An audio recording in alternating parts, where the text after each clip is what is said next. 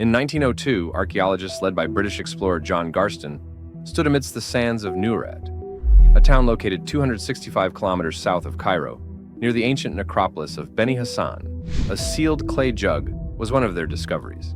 Inside, curled in a fetal posture, lay the skeleton of a guy who lived 4,500 to 4,800 years ago. This was not the gilded sarcophagus of a pharaoh or the burial of a noble. This was the resting place of a commoner. But this modest tomb has revealed the oldest entire genome ever sequenced from an ancient Egyptian. The study's findings showed the beginnings of one of the greatest civilizations in history, as well as unexpected ancestry, work, and cultural ties. The individual lived between 2,855 and 2,570 BC.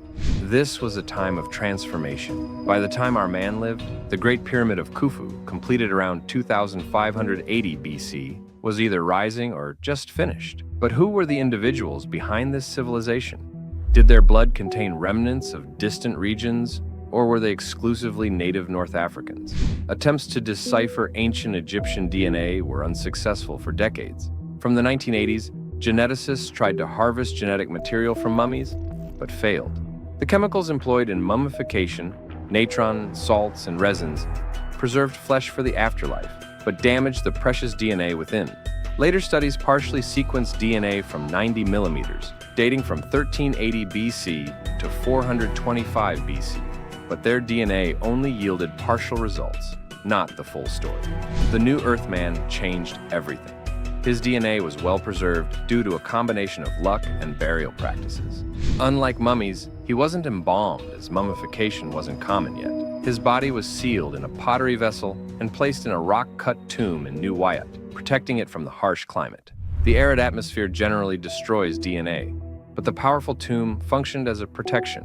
Radiocarbon dating indicated he died between 2,855 and 2,570 BC. Researchers from Liverpool John Moore University and the University of Aberdeen isolated DNA from his tooth's cementum, a firm, bone-like structure that binds teeth to the jaw and is perfect for retaining genetic material. During Egypt's early Old Kingdom, around the time of pyramid construction, his genome has been sequenced with 2.02 times 02 times coverage, meaning scientists analyzed his DNA twice over to assure accuracy. Who was this commoner then?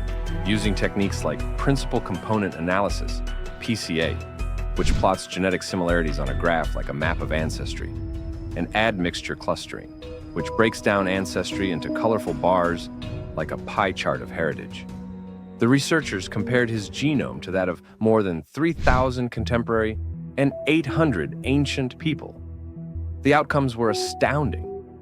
About 77.6%, 6% of his heritage comes from Middle Neolithic North Africans like those at Morocco's Skirat Roazi site, likely the indigenous people of the Nile Valley, who grew wheat and barley along the river's rich banks. These were the offspring of the first farmers who established Egyptian civilization by controlling the Nile's floods. However, 22.4% of his DNA was found in Neolithic Mesopotamia between 9,000 and 8,000 BC in what is now Iraq, Iran, and portions of Syria and Jordan. A minuscule fraction, 1.1 to 4.7%, indicated Levantine heritage from the Eastern Mediterranean, encompassing modern-day Syria, Lebanon, and Jordan. The Fertile Crescent, sometimes termed the cradle of civilization, was where people first tamed plants and animals, approximately 10,000 BC, triggering the Neolithic Revolution that transformed populations from hunter-gatherers to farmers and city dwellers. Scientists also looked at his maternal and paternal lineages. Mitochondrial DNA, mtDNA, carried down from mothers, and the Y chromosome passed down from fathers. Each belongs to a haplogroup, a genetic branch that links deep origins to ancient populations. His mitochondrial DNA, inherited from his mother, belonged to haplogroup N1A, 1B2, common in North Africa and West Asia, while his Y chromosome from his father was E1B1B, widespread in the region. The absence of long runs of homozygosity, stretches of identical DNA, suggested his parents weren't closely related, pointing to a diverse community.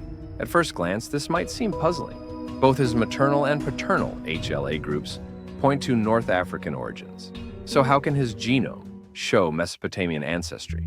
The reason is that haplogroups trace only two direct family lines: mother's mother's mother and father's father's father.